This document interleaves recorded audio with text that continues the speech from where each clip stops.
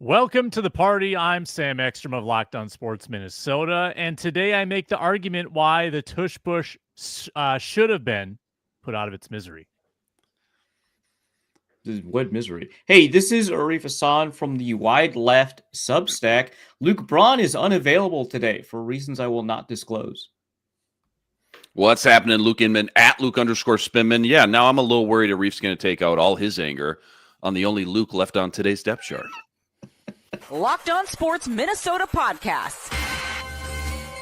It's endless Minnesota Vikings talk with the diverse voices of your local experts. It's time for the Minnesota Football Party.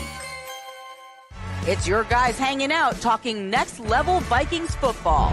So join in with Arif Hasan, Locked On Vikings Luke Braun, Superior Sports Talks Luke Inman, and Vikings insider Sam Ekstrom, plus the biggest names in Minnesota football for the Minnesota Football Party. And it starts now.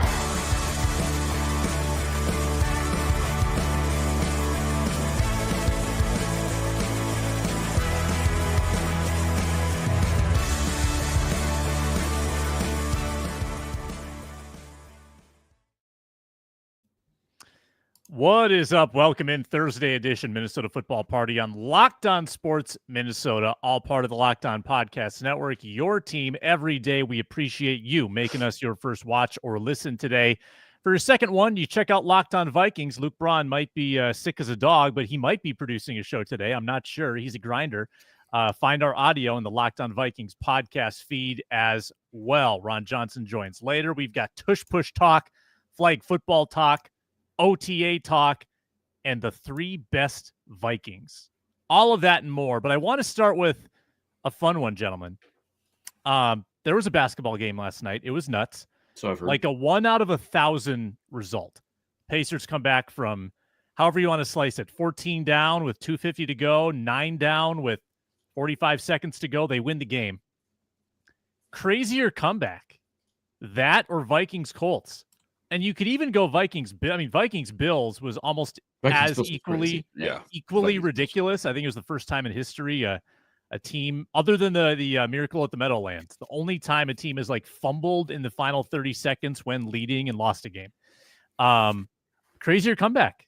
So I'm going to go with the one that we just saw, the Pacers-Knicks, and it's for essentially two reasons. One, the Colts were a bad team, and so the Vikings being able to put up 35 points on them in a half plus overtime is kind of expected. The Knicks are a good team, which is a weird sentence, but the Knicks are a good team, right? And so being able to put that many points up against a team that good, that evenly matched with you, is much, much more difficult in a much shorter span of time. It's about as equally unprecedented. Obviously, depending on how you slice it, the Pacers are the only one to ever do it. The Vikings are the only ones to ever do it. But then also adding in the fact that it's a playoff game, right? A lot of people are going to say that the Houston Oilers comeback that was previously the greatest comeback of all time is a better, bigger comeback, because even though the point spread is very slightly smaller than the Vikings one, it happened in the playoffs, right? Which I think is fair.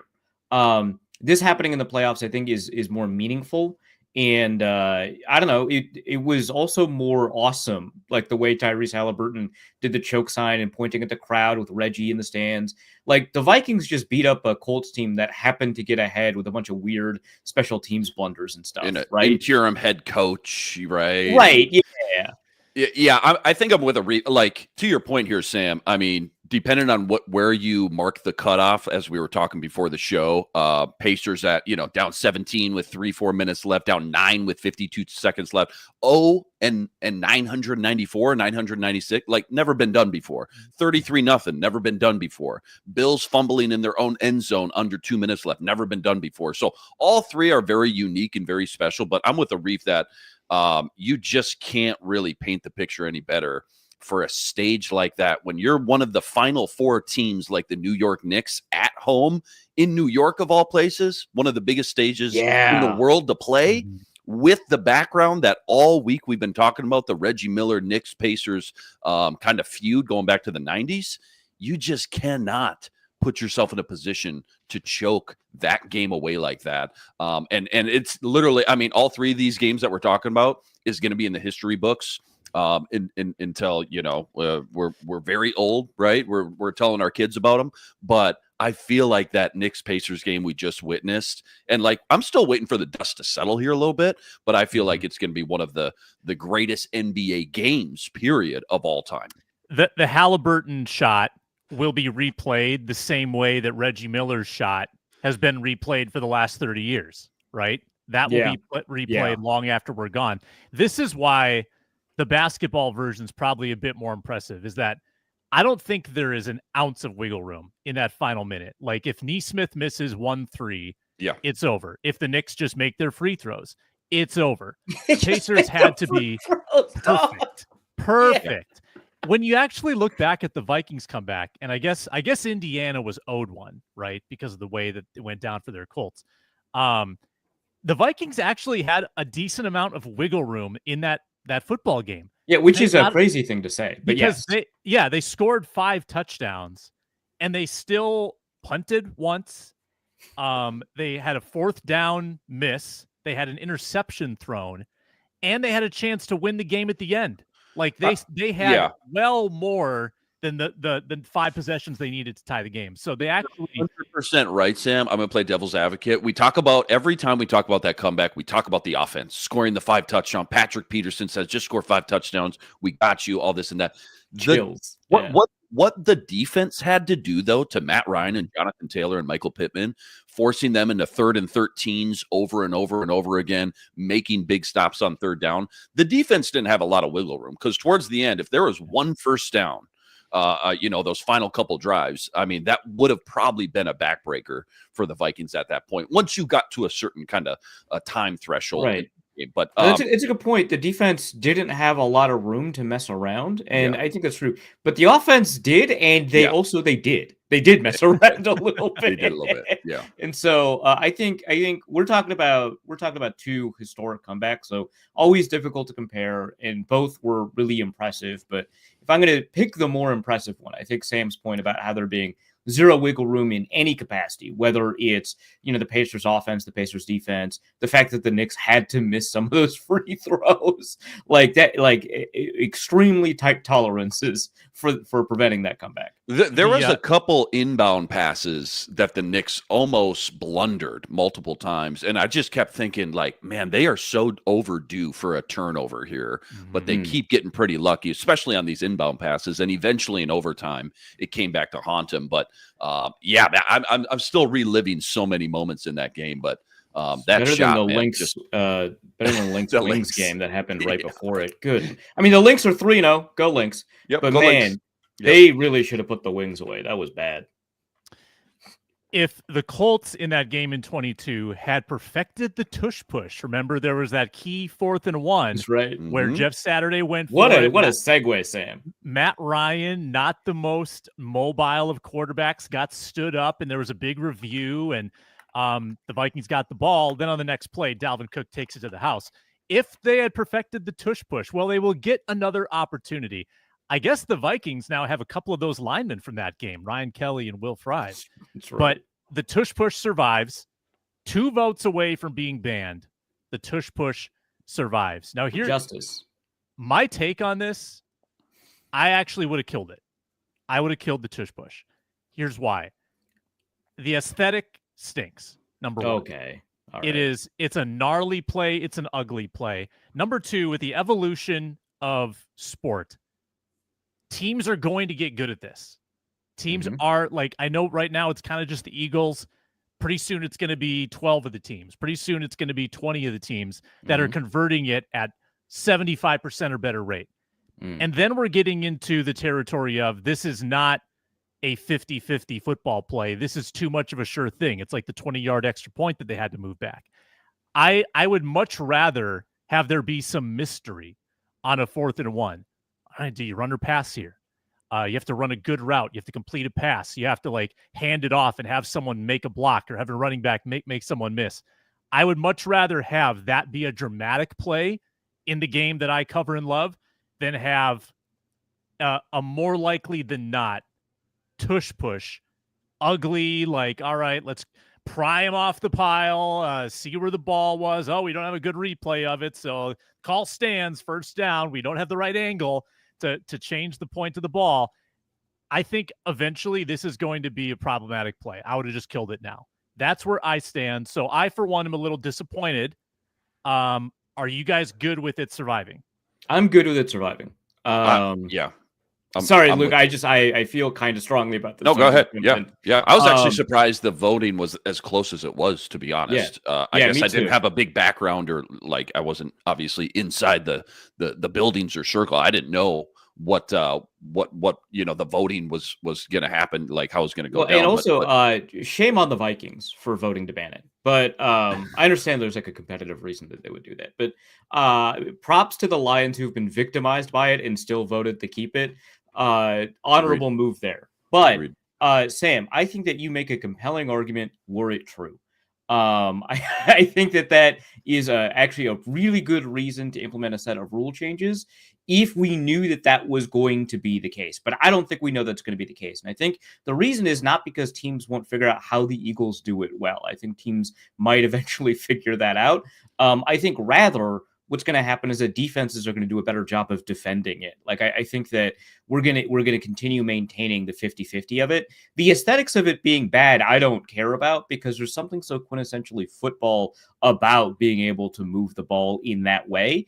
And I think football does need a little bit of ugliness to it. Like, I think that's one of the appealing things about the sport. And so you've got, these really wonderful, finesse plays where Justin Jefferson runs a perfect route. You hit him for 20 yards and there's nobody near him, and that's a touchdown. And that's great. But those plays aren't exciting if they happen every play, right? Those plays aren't really exciting when you have a bunch of plays that go for 1, 2, 3 yards. I think that the imperceptibility of whether or not you've successfully accomplished a tush push, that's a reasonable argument. And I don't know that a chip in the ball is going to solve it, because you still have to figure out when somebody is down and figure out the timing and stuff like that. But then imperceptibility always exists in football. And I think that getting rid of a play because it kind of puts a lens on that isn't really a really good argument.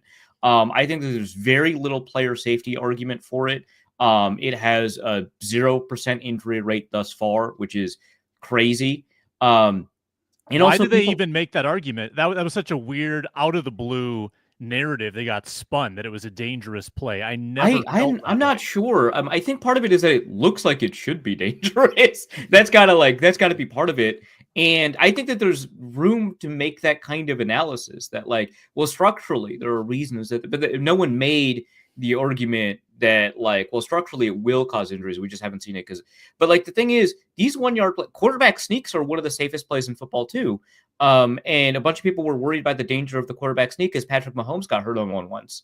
And it's like, well, if you look at the injury rate of quarterback sneaks, it's pretty safe. And that is a very similar play, obviously, right? So I feel like it's weird. I think the way that they tried to go about it, which is to ban all pushing and pulling, get us back to 2004 in terms of that rule set, was the smarter way to do it than to ban a specific play.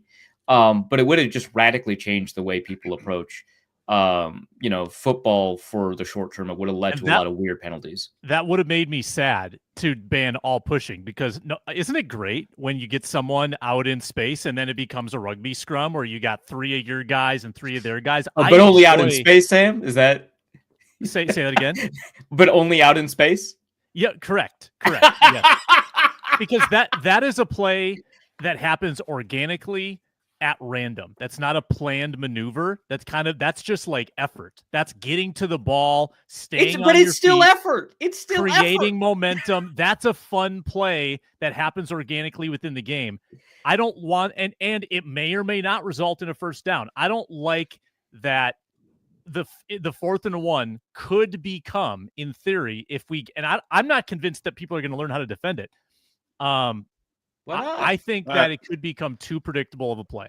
I hear your worry. I hear the worry, and I hear everything you're saying. It's not a fun, sexy play. I worry about just how do you mark and spot this without getting some more, whether it's advanced technology or more camera angles, overhead, whatever it may be. I do worry about that stuff as well. But just being a fan of the game and knowing the rich history of the game, and I appreciate the chess matches, right? The X's and O's and chess match, whether it was, something silly like the Wildcat for a season with the Miami Dolphins or whatever it may be. You can go all the way back, the forward pass eventually.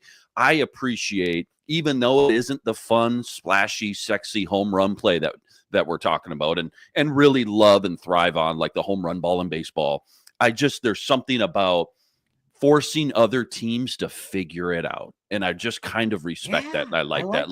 Like, I don't know, maybe it's Ndamukong Suh. Somebody tweeted out a former player. I think it was a D lineman. Yeah, I think it was Suh, actually. Like, if you don't like it, stop it. Create negative plays, force turnovers, but like man up and figure out how to beat it, and maybe that starts with drafting more dudes in the trenches, right? Drafting Tavondre Sweat in the top 20 instead of, having a third round grade on him, but at a certain point, actually, that's a really good point. The right? fact that we've devalued these nose tackles so much, the tush push might. It's the evolution, right? It's the ebb and flow, right? And I think, eventually I do think teams will figure it out and slow it down to some capacity anyways. Now, the other thing too about this is like thinking about who you're drafting as a quarterback too. If you think this play is going to be, a legal clean play for the next decade plus, do you start maybe weighing who you're drafting at quarterback more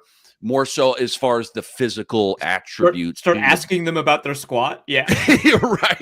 Right. But like, the Josh Allens and Jalen Hurts, these Dante Culpepper, these linebacker dudes at quarterback, do you start to weigh those guys a little bit more favorably over guys like a Bo Nix, right? Who had a great rookie seasons, but that's just not his bread and butter. I mean, 2 years ago we were watching Kirk Cousins try to put, tush push behind Garrett Bradbury. That now looking back feels like one of the worst possible two-man combos right there. What you're saying is that Anthony Richardson would be drafted ahead of Bryce Young in this. I mean, somebody would have to do it, I feel like. Yeah. I didn't see this quote. Sam Delker says that Jonathan Allen said he didn't feel safe on the receiving end of the tush push as a DT. Was that with the Vikings? Was that with Washington last year going against the Eagles? Make a lot of sense with Washington. Yeah. Because again, they were involved. Yeah, I would like twice a year. I would like to see that quote. That's interesting, and I think that's valuable to have. There are a lot of things that feel unsafe that aren't as well. So that's something to kind of keep in mind. Sometimes when it's new too, it's foreign, right? You don't know how to protect yourself yet. It hasn't been studied yet. It hasn't been, there's not a huge deep dive or sample size on it. It is a little concerning for sure, for especially veterans who are trying to obviously take care of their body and health because, this is their livelihood. So it makes sense. Yeah, no, I think that's fair. And I think actually the most compelling argument to me actually was, okay, well, the defense isn't allowed to push other defenders. And it's like, which is just such a simple argument. And it's like, that's actually a pretty good point. I think that is the best argument. So I can see why defenders are primarily upset about this, not just because they get beat up, which sure, but there are serious concerns that they have that are not just about, being on the losing end of a play. And that's fair.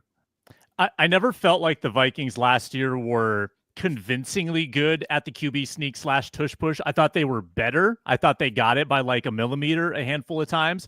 But on the whole, they've struggled with this concept, whether it was Kirk or Sam Darnold. And the common theme there is Garrett Bradbury. He's gone now. He's New England's problem. He's coming here for joint practices, and he gets to look at a defensive tackle group that he never had to face in practice here in Minnesota. But with Ryan Kelly now, with Will Fries, with Donovan Jackson, does it feel like with this O-line, this could become an advantage play for the Vikings now with J.J. McCarthy under center? Inman, what do you think? Yeah, I mean, going back to Darnold over Cousins, I mean, Darnold just physically, right, was bigger, but still the interior, it just felt like wasn't getting that great push for the tush push. I mean, the entire interior, left to right, just in general. But I definitely think this offensive line in this interior is going to give you a much better chance for these tush pushes or these short yardage situations. I've just personally always been a little worried about J.J. McCarthy's frame. not so much. I mean, once now that the dust settles, free agency's over, the offseason's over, love the improvements on the offensive line. But when we're talking about the short yardage tush push specifically, JJ McCarthy's just kind of size and frame isn't one that necessarily gives me a lot of confidence for these tush pushes and short yardage. And that was before the injury. Then he lost some weight, lost some muscle, which I know he's starting to put some of that back on right now, but he's just not your Josh Allen, Dante Culpepper back there, you know? And I'm not saying you have to have a linebacker playing quarterback like some of those guys. Jane Daniels, I mean, he looked like, you know, Gumby last year, but he balled out. I mentioned Bo Nix. He's not physically imposing, but he had a lot of success. I know JJ McCarthy can be a good quarterback, especially in this system, but I think it's more about playing to his strengths, staying away from his weaknesses. And when it comes to the tush push, I don't think that's going to be one of his, you know, go-to finishing moves like Jalen Hurts. I mean, just quarterback sneaks in general. I don't think the quarterback's physical capability is all that important. I mean, look at the greatest quarterback sneaker of all time. It's Tom Brady, right? Yep. Now, obviously, it's different than a tush push because, like, the physical capability of Hurts, right, of Jalen Hurts, and then the people pushing him, you know, matters, right? Like that's a big part of it. They talk about a squat, I think, for a reason, but I think primarily what ends up mattering is the offensive lineman, and not necessarily the strength of the offensive lineman. Jason Kelce is one of the greatest, if not the greatest, center of all time, but strength isn't his strength, right? Like that's not where he wins. And then the person that replaced him, Cam Jurgens, strength, definitely not his strength. The left guard that they usually run behind, Landon Dickerson, much stronger than those two, right? And I would argue a reasonably strong offensive lineman, but not like Quentin Nelson, right? Not the strongest guard in the league. I don't think it's, and you take a look at the Tom Brady offensive lines when he was doing it. Sometimes you had incredible bulk, right? You had like Joe Thuney, right? You had David Andrews. But sometimes you had like Brian Stork and Josh Klein, right? Like he was killing it, right? Dan Coppin, right? And sometimes it was Logan Mankins. Sometimes it was Josh Klein. So like, I don't know that the strength matters, right? Like sometimes you have strong guys like Mankins and Dickerson, and sometimes you don't. I think more it's about kind of leverage, timing, and technique. And I don't know anything about Donovan Jackson's capacity in this particular aspect, right? In this particular play. So I don't know if the Vikings will be better or worse at it. I think the quarterback timing and figuring out what gap to run behind, that matters a lot.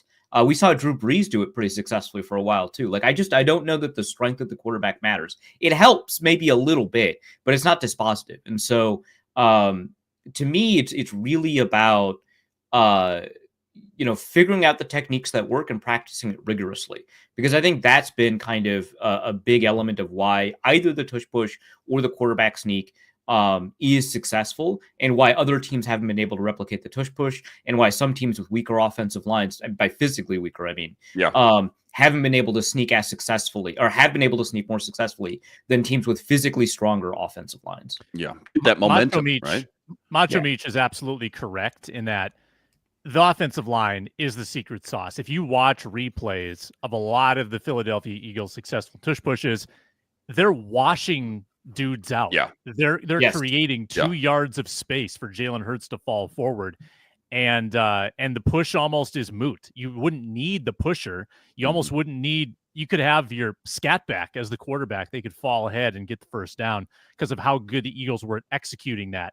I have yet to see the Vikings practice this in a practice open to the public. I think there's probably a reason for that. Probably not something that you want to put on display. But I think that this will absolutely because they're so bad at it, you mean? Or because to hide it. To hide it. They didn't need Garrett Bradbury taking any more arrows. That's fair. Good PR not the move. center. Not the center you need clearing out space. I think there's a chance they could become very good at this play, and I've got a feeling they're going to put a major emphasis on it. We got other things to get into on this show, including flag football in the Olympics, the 3 best Vikings, Ron Johnson's appearance, and some OTAs talk coming up. Game time. On the Minnesota Football Party.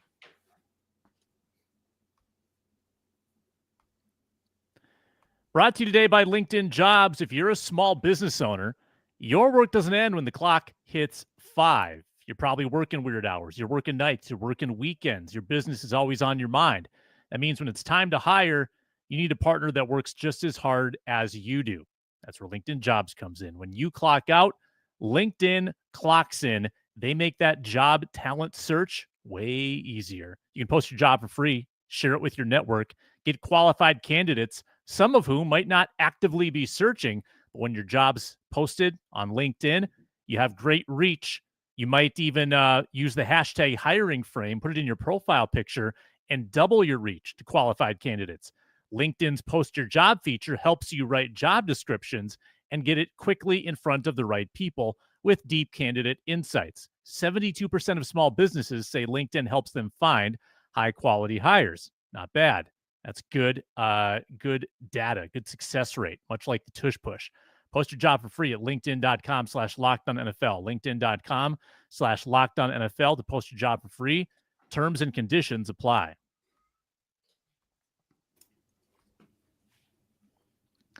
All right. Also, out of the owners' meetings, flag football green lighted in the Olympics. Now, I looked this up this morning. Do you guys know how big a flag football team is? It's like 12 players, right? Smaller. 10? Now, there's correct. 10 is the team size, but on the field at one time. Do you know how many that is? I think it's 5. Okay, very good. You're up to date on your rules. 5 players. So I watched the Mexico-Austria finals of the 2023 International Flag Football Championships. Come on, Sam. Sam, when we had your combine out in the snow, out in 3 feet of snow, right, and you're shredding your ankles up, he was the commissioner that day. Right? he knows his stuff inside and out. This man has watched more UFL than I've watched anything ever. So every team is going to have 3 or 4 dudes that are like, yeah, I want to win that gold medal. There's 10 spots. And is the NFL going to take up all of them? Aren't there like actual flag football players that are going to want to be a part of this as well? So you're only getting you have a very small chance of getting on this team. If you had to pick one Viking to put on the team, who is it? In 2028, so take age into account. 3 years from now, who you putting on the team? Still Justin Jefferson. I still got to go JJ. Yeah. When I looked, I saw your notes. I scanned the depth chart real quick. My eyes just went straight to the wide receiver room, not just because it was lazy. Yeah, the wide receivers are, usually just in general, the fastest, quick, shifty. But like our wide receiver group, especially our wide receiver room, is the smaller, shifty, quick, good change of direction, good acceleration, short shuttle types of guys. JJ, Addison, Jalen Naylor, Lucky Jackson, even like those types of dudes. I try to think outside of the box, outside of the receivers, and Jordan Mason, no. Aaron Jones, no. Maybe Ty Chandler, I guess. Looked on the defensive side of the ball. I know Brian Asamoah has been a big advocate of this Olympics flag football thing. How about Dallas Turner? Ran a 4.46. He's 21 years old, right? But it's non-contact, man. What's he gonna do? Yeah, tell me how you construct. He's going to send a message on the first play. Send a message in the Olympics. Give us your Brock Lesnar. Hey, DT, we brought you in for one reason only. Give us your Brock Lesnar out there. One play. 15 yards. So you go 5 DBs. Is that your defense? And then offense is 4 receivers, 1 quarterback. Well, how do you construct it? Yeah, I think so. I think you do kind of want to go 5 DBs, and I think that having, first of all, I think Antoine Winfield Jr. would be outstanding on this team, right? But I think having a combination of like these young guys like Pat Surtain and Sauce Gardner and Antoine Winfield Jr. I think Travis Hunter, two-way Travis player. Hunter for sure. Travis Hunter for sure. I think that puts you in a position to really succeed here. One thing to kind of keep in mind is that based off of what I know, verticality is like not that important. So like Brett Coleman has this tweet where he was talking about how funny it is to envision Jamar Chase going up against a Lithuanian elementary school teacher, which I agree. That's hilarious. But like the physicality doesn't matter. The verticality doesn't seem to matter. There are a lot of teams with shorter players that are doing pretty well. And so, your ability to kind of knock the ball out of the air is not really contingent on how tall you are because the ball's not flying that high. Which is why I think a lot of people wanted Kyler Murray on the team. I was just going to say, Kyler. Yeah. And there's no offensive line to look over, right? I still think Lamar's your best shot, but Yeah, so yeah, having kind of these lengthy corners matters a lot, but I really just want pure athletes more than anything else. So I like those guys a lot, but like it wouldn't shock me if like a Maxwell Hairston was like a really good Yeah. player here, even if he doesn't turn out to be good in the NFL, Sam. Yeah, that makes sense. It wouldn't shock me if somebody like a Dree Archer or whatever today's version of Dree Archer would be, right? Yeah. Would have a lot of play here just because, like this is kind of why I kind of want like a Ladd McConkey on the team, right? Like your athleticism in space matters a lot. And I'm Who's not the saying Lions running back? Javid Best? Javid Best out of Cal. Wow. That's yeah. 44. Well, I mean, you said Dre Archer, and then my wheels started turning a little bit. Yeah. But I'm with you. Lamar, Kyler, Travis Hunter. I think if we're just talking about the landscape of the NFL, those might be my top 3 picks, just top of my head without doing a ton of research. And then I'm totally with you. Pat Surtain, cornerbacks and DBs that played wide receiver in high school, have those hands, maybe a little bit in college as well, and then made the switch and are still athletic, like check all those boxes athletically that you're talking about, like Pat Surtain and Winfield, guys like that. The key is to know you're dealing with 140 to 180 pound players that you're not allowed to push around. Right. So like that's like you have to construct the roster with that in mind. I think I would actually lean Jordan Addison as a pure. I was thinking about it. Yeah. But have you seen Jefferson in those destroying vids, like where he's got a mask on and where so like what destroying does is he like a bunch of kids come together and they do a bunch of cornerback wide receiver one-on-ones, and the winner gets like I don't know, like $1,000, I don't know, but it's a ton of fun and a bunch of kids show up, and the thing that ends up happening is like some former washed D1 walk-on ends up crushing the competition, and it's not close, right? But then sometimes you have an NFL player like Justin Jefferson show up, and it's insane, and they're not like that physical, right? His movement ability in space is insane. His ability to trick defensive backs with his route running is next to none, right? Like he's number one. And so I get why Jordan Addison would have a ton of value here. And we're talking about, again, beating up Lithuanian elementary school teachers. I don't know that the difference is that important, but I want to win as much as possible. And so grabbing an athletic, deceptive route runner like Justin Jefferson, I feel like is your best option here. Where do you feel Jamar Chase and Amon-Ra St. Brown? Like, let's get rid of the A.J. Browns, right? The physical alpha dudes, right? But like these quick, shiftier wideouts, where do you think they would rank? I mean, is it just 1 and 1A, like tomato? I mean, they're obligated all right to hate on Amon-Ra St. Brown just because of my rivalry with Lions podcasters. But were I to put that aside, I think you could make the argument that you might rather have Amon-Ra St. Brown than Jamar Chase. Again, both of them are probably going to crush. Yeah, right. Both of them. Yeah. But yeah, Amon-Ra's I don't know. This is in 2028. This is going to be tough. Yeah. Convenient that the start date of the Olympics in 2028 is July 14th. Won't even miss training camp. Perfect. Back just in time. I'm just curious to see how it looks. I have no idea how flag football is going to look. So, Arif, it's in whatever version you watched. What were the final scores? Like, how long was the game? That was 7-on-7. Okay. So I will say that was different. I watched the 2023 championship, and I also watched a little bit of the semifinals. I think Japan was ESPN the Ocho, right? Yeah. But I mean, the scores can range pretty significantly. I remember the United States put up like 54 points one year. Let me see if I can find a box score somewhere.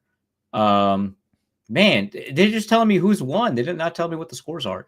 So the United States in group play, 30-6 against Mexico, 43-18 in the second round against Japan.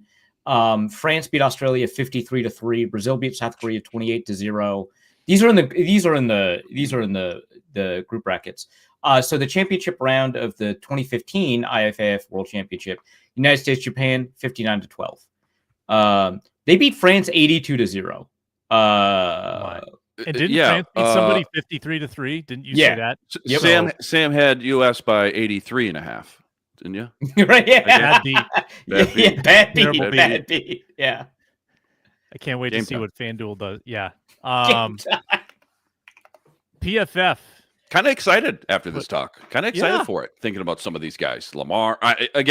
I don't know if all these NFL players are going to be like gung ho and like want to go do that, but I got to feel like if you can even get 4 or 5 of the names we just mentioned, 3 or 4 even, that would be a lot of fun to watch. I feel like. Mm-hmm. PFF released their 3 best players from every team. I think you can guess who the top Viking was. You can probably guess who the number 2 Viking was, even though he's hurt right now.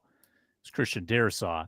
Number 1, Justin Jefferson. I was curious about your thoughts on number 3. They had Brian O'Neill as I the get third. it. I was considering him. I like him. You could go a multitude of directions here. I went with Grenard, I guess, but I even have honorable mention. Like, you take even like a Blake Cashman out of that defense. What did it look like last year? Harrison Smith. We're talking 1 game sample, not over an entire year, or like building a team. Van Ginkel, I feel like you got to mention as well. But I went with Grenard. Again, I could totally see Brian O'Neill as well. I went with Grenard. Brian O'Neill, great argument for it. That makes sense. But I went with Grenard. Same. Also went with Grenard. It's tough to leave off a defensive player from that list.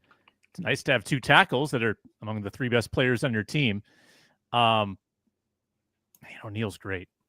It's tough. It's a tough exercise. He's underrated. Do you think he's underrated? Like, he doesn't get a lot of like, Yes. hey, he's a top 5 right tackle in the league, and Right. maybe he's not a top 5 right tackle in the league, but he's close. It's He's difficult for consistent. me because I think when he started out, he was almost immediately an elite right tackle, and then I thought he got pretty overrated, both nationally and locally, for a while. And he was good, not great, and he got a little bit, not substantially, a little bit worse every year for a little bit, and then he got a huge deal. And I was like a little bit concerned about what that would look like. Again, net positive. I don't want to like overstate my point here. But he was not a top 3 right tackle at the time he signed that amazing contract.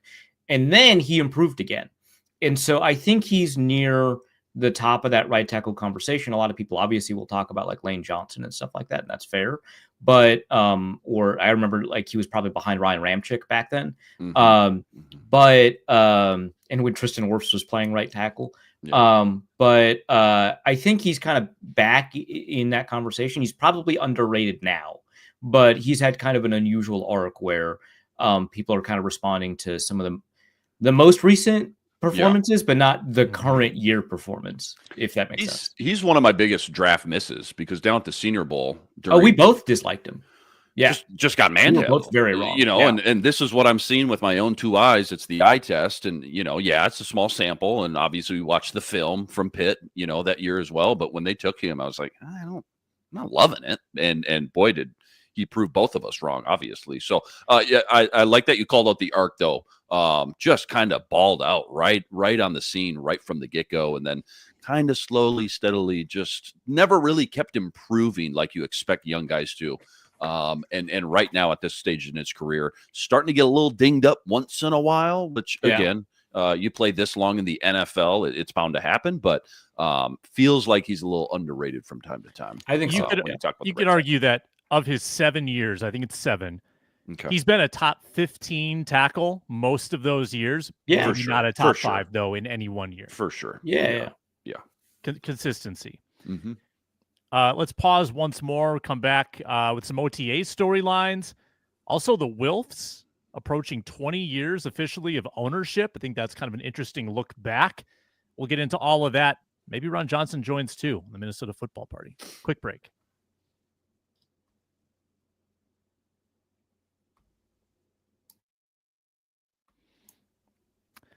All right. OTA storylines.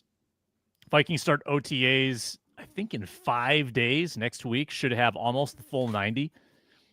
I've said this week a couple times on the previous shows. I'm looking at the secondary big time. I'm looking at how Theo Jackson's being deployed at safety. Is he sharing reps with anybody, or is he the guy?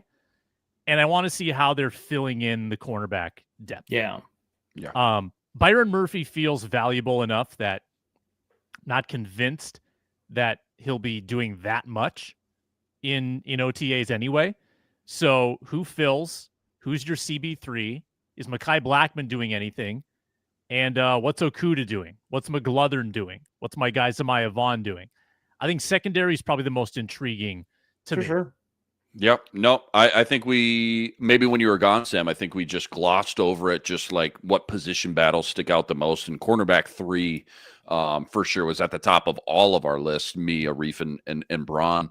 I like that you pointed out the Theo Jackson role, though, as well, because this is my question, is that does Flores just kind of sub in Theo Jackson in the same role? Like, figure out Metellus, Harry, Theo, get that 3 safety package on the field, just like Cam Bynum was on the field with those 2 guys? Or does he just try to play to these 3 safeties' new strengths now? Not saying that it's 3 new safeties, but it's a different group of attributes now with Cam Bynum out and Theo Jackson in. And does he try to actually evolve and kind of tweak some things as far as these 3 safety looks, or maybe it's not 3 safety looks as much as we got last year? So that's a big question mark for sure as well. And, you bring up Byron Murphy, probably not going to play a ton in OTA. Well, Harrison Smith's not going to be out there either, on that note. So who's the 3rd safety once Harrison Smith's not on the field? I'm assuming Jay Ward, but we've heard him be mentioned at like nickelback as well too. So a lot of hybrid versatility going on back there with some of these guys. A lot of unknowns with like the Jeff Okudas and some UDFA, Dwight McGlothern, and then you got the injury kind of angle with Mekhi Blackman, if he's even going to be out there. I know you and Brown kind of went back and forth on that, and we still don't, I think, have an official answer yet. So just a lot of question marks. I have faith in Brian Flores. And now is the time for sure to experiment and figure out what you like and what you don't like. But it's going to look, I think it's going to look maybe a little bit different than it did the last 2 years under Flores. But also, I think it's going to look different by the time we get to week 1 than if we were out watching OTAs and even training camp, from the get-go, from day 1 out there too.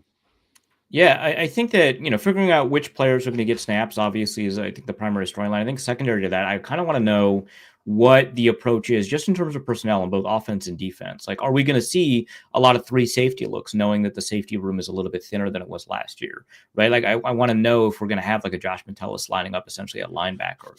Are they going to kind of go maybe in the other direction? Maybe we're going to see a little bit more Kobe King. I don't know.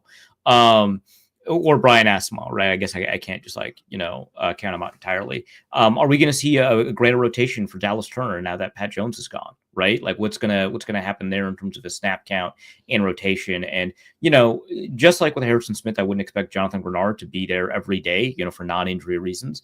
And so maybe Dallas Turner just kind of has a lot of snaps and OTAs in training camp as a product of that. Are they going to drop him in coverage a lot? Because that was one reason that they might have valued him over somebody like a Jared Verse. And if that's true, then are we going to actually see it actualized in the same way that we saw Andrew Van Ginkel, drop a lot? So I'm kind of curious about that. But then offensively, are we going to go 3 wide receiver a lot? Are we going to see, and if we are, is it going to be a lot of Jalen Naylor? Or are they going to try and rotate, Ty Felton or any of the 8 other receivers, right? That they have in camp, whether it's like Thayer Thomas or Lucky Jackson or Rondale Moore, or whoever, Tim right? Jones, right? Yeah. So I want to see if there's going to be a lot of 3 wide receiver, and if there is, who that 3rd wide receiver is, and if there isn't, what they plan on doing in 2 tight end, because I don't think it's going to be a ton of CJ Ham as much as I'd love to see it. How often are we going to see Jordan Mason? Is it going to be a bunch of Aaron Jones, or is it going to be, a reasonable rotation in OTAs anyway, of Jordan Mason with the ones, whether it's practicing his route running or his pass protection pickups or whatever. So to me, I think the storylines that you mentioned, what's going to happen at safety and where's that safety going to line up? What's going to happen at cornerback?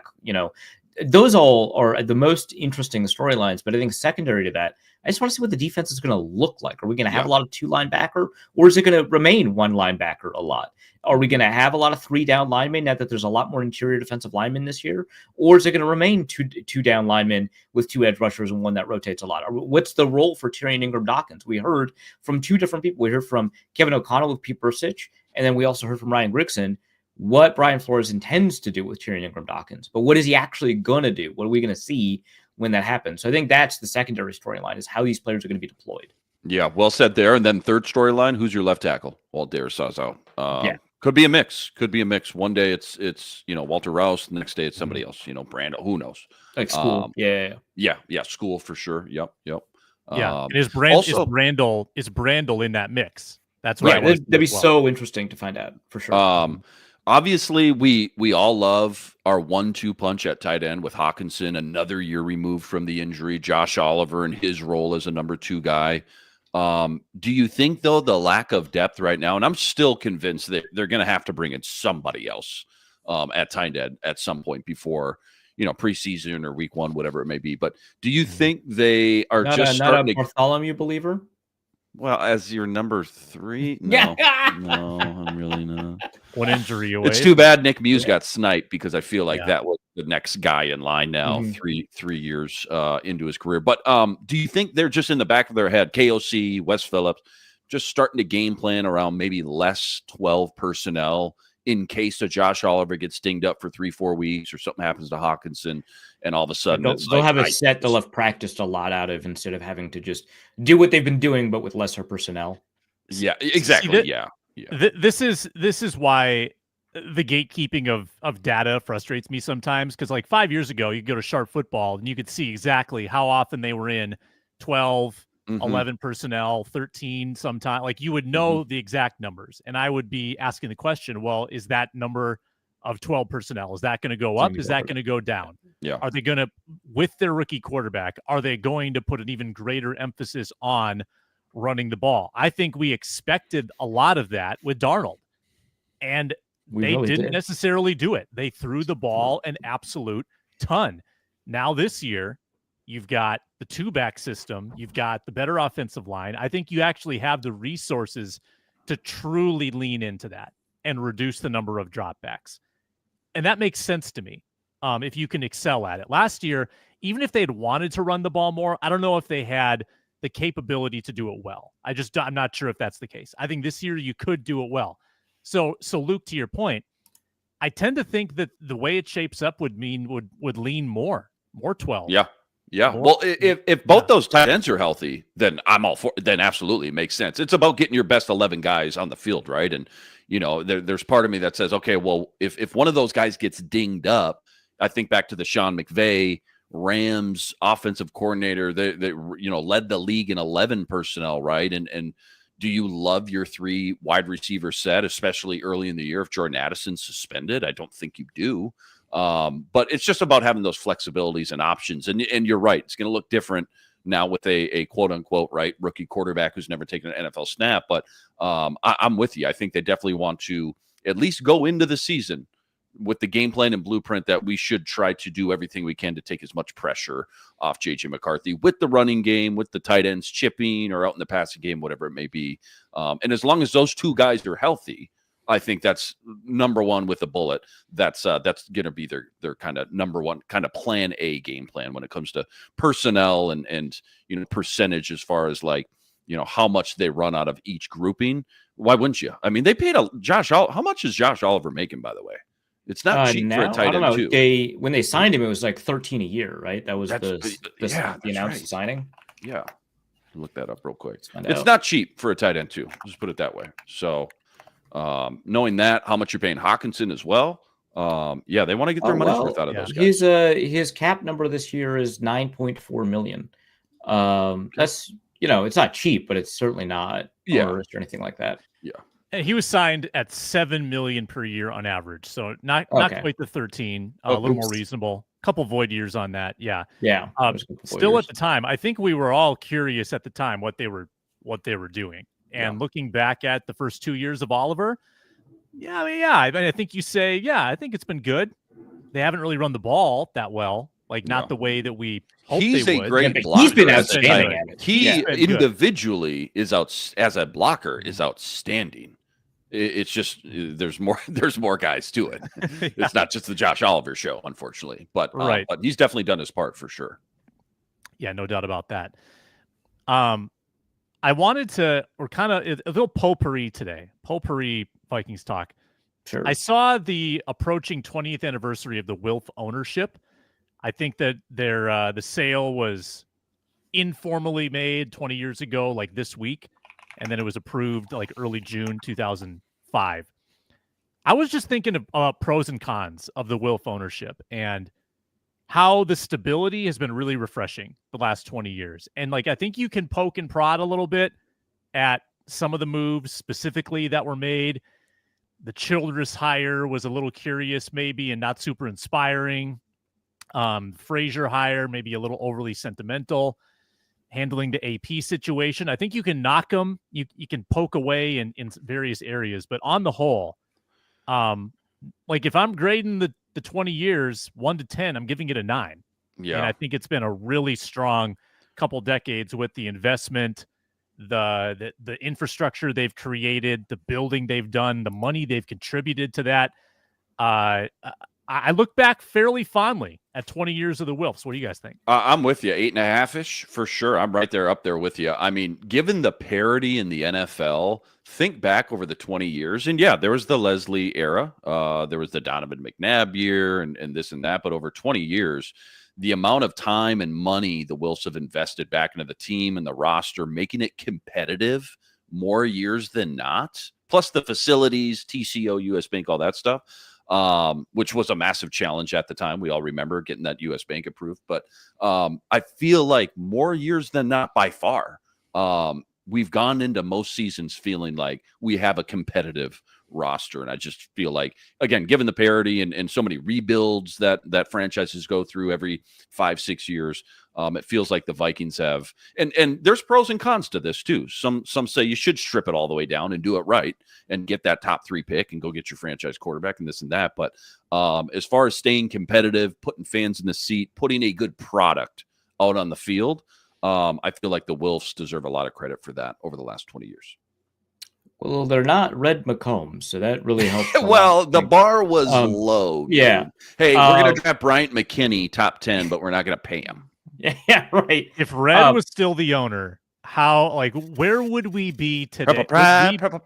Would we be in Minnesota? Would the Vikings even have? I don't think the Vikings would be in Minnesota. I don't think that Red McCombs would have had the wherewithal to have Kevin Warren lead the negotiations for the stadium. A very difficult and protracted set of negotiations that were difficult to navigate. I don't think Red McCombs would have had the ability to lay hands off on that negotiation. I don't think they'd be in Minnesota.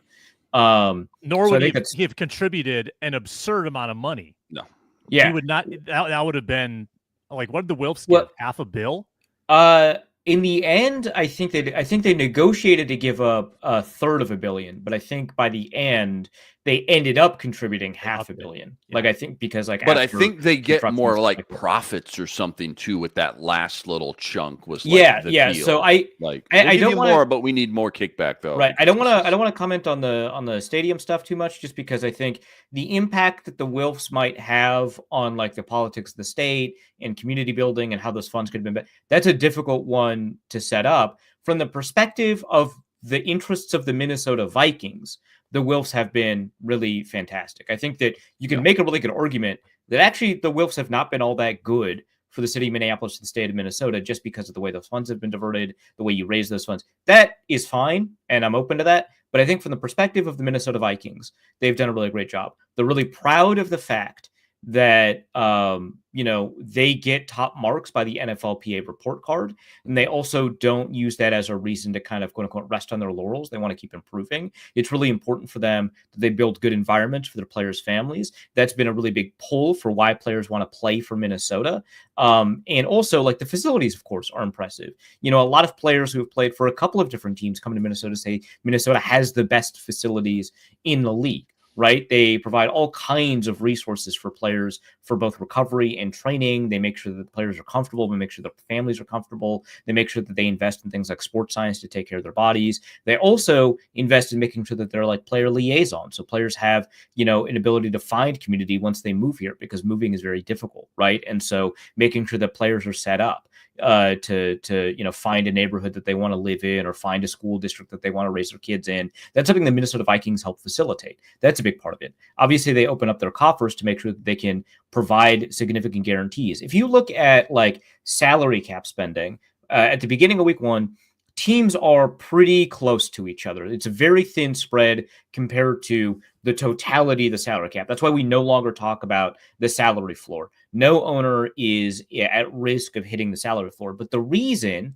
that the Vikings have an advantage in signing free agents over the Browns or over the Raiders, or in some cases even over like Seattle, is because they're willing to provide the front office the negotiation power to provide guarantees up front, and that money has to go into escrow. And so there are no cash flow problems with the Minnesota Vikings, and that allows them to give players the deals that they feel like they need in order to stay or sign with the Minnesota Vikings. And so in every element that you would want an owner to maximize the capacity of the team, I think the Wilfs do an outstanding job. Obviously, some of the stuff that you mentioned, Sam, handling the off-field issues. I don't love how often they sign off on players that have these background concerns, or kind of help provide cover for players where background concerns crop up. You mentioned Adrian Peterson. To me, Ed Ingram is a really good example of this kind of concern as well. I don't love that, and I think that that's well worth the discussion. But on the whole, especially compared to other owners, the Wilfs are very easily among the top owners in the league. Yeah, you bring up a lot of great points. Like when they took over, especially the state that the franchise was in under Red McCombs, it's like they just knew the challenge and they accepted the challenge. Like, this is what it takes. Let's look at some of the best 5-10 franchises, successful franchises in the NFL. What are they doing consistently, and what direction are they headed? And I just feel like you're right. They've evolved so much and learned so much on the fly over the last, specifically like since the stadium was really built and the facilities and all that stuff. I can't help but think back to the Love Boat, because wasn't that their first year technically? Because the Love Boat was 2005. It was 2005, right? was. And they bought it in like May of 2005, correct? Yeah. Right. So like 3-4 months.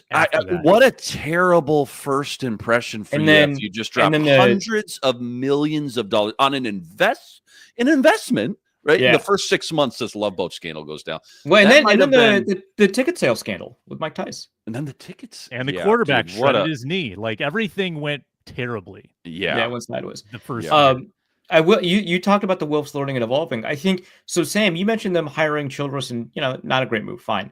The worst move, I think, was the triangle of authority. It was a really poor organizational setup. That was Brzezinski, Spielman, and Childress, correct? Yes. Yeah, and Frazier kind of stepped into that role, which is why we technically still don't know who made the decision to draft Christian Ponder. But they adapted from that. 2012, Spielman becomes the general manager. Rob Brzezinski is a parallel but not authoritative role in handling the contract negotiations, but they still found a way to keep him, which is great. So they learned that, this structure, which seems like egalitarian and collaborative and fosters discussion and, enables all of these minds to come together. Like, in theory, that feels like a really good setup for a system, but you need to make decisions and be accountable to them. And that system didn't allow that. And they adapted, and they decided that didn't work, but they didn't blame anyone necessarily for that not working, and instead just kind of moved people into roles that fit them better for them. Yeah. Firing at the first stumble is probably a trap a lot of owners fall into. And I think the Wilfs tend to allow for a healthy amount of a little breathing room for sure. They could have fired Childress after 2007. Didn't do that. They could have fired Frazier after 2011. Didn't do that. Could have fired Zimmer after, any number of those letdown seasons, 18, 20. They strive for continuity, but they're also not afraid to make a move if, mistakes are repeated, which I think is valuable. That makes them an attractive destination for coaches, not just for players. Like, to know that one mistake isn't going to be the sort of Damocles hanging over your head, that's nice. Yeah. And they're not particularly meddlesome, it would appear. Maybe there's a mandate that you're going to be competitive. We're not an organization. Yeah. That's the high level. But I wouldn't say that there's a granular micro level. And my understanding is on high-profile players with high-profile background concerns, they do sometimes provide input. Like, my understanding is they were consulted on whether or not the Vikings should draft Johnny Manziel, but they ultimately did let the front office decide on whether or not they wanted to make a move for Johnny Manziel, which I think it's been well reported by now. They did want to make a move for Manziel. They just didn't have the capital to do it. So the front office did not, or the Wilfs did not prevent them from making that choice. The front office tried to go ahead and do it. They couldn't. They got Teddy instead. We'll close up shop today with that. Big thanks to Luke Inman, Arif Hasan, and I'm Sam Ekstrom. Find our audio Locked on Vikings podcast feed. We'll be back live Monday, 11 a.m. as the Minnesota football party rolls on. Thanks for watching, listening, commenting, and subscribing. We will talk to you next time.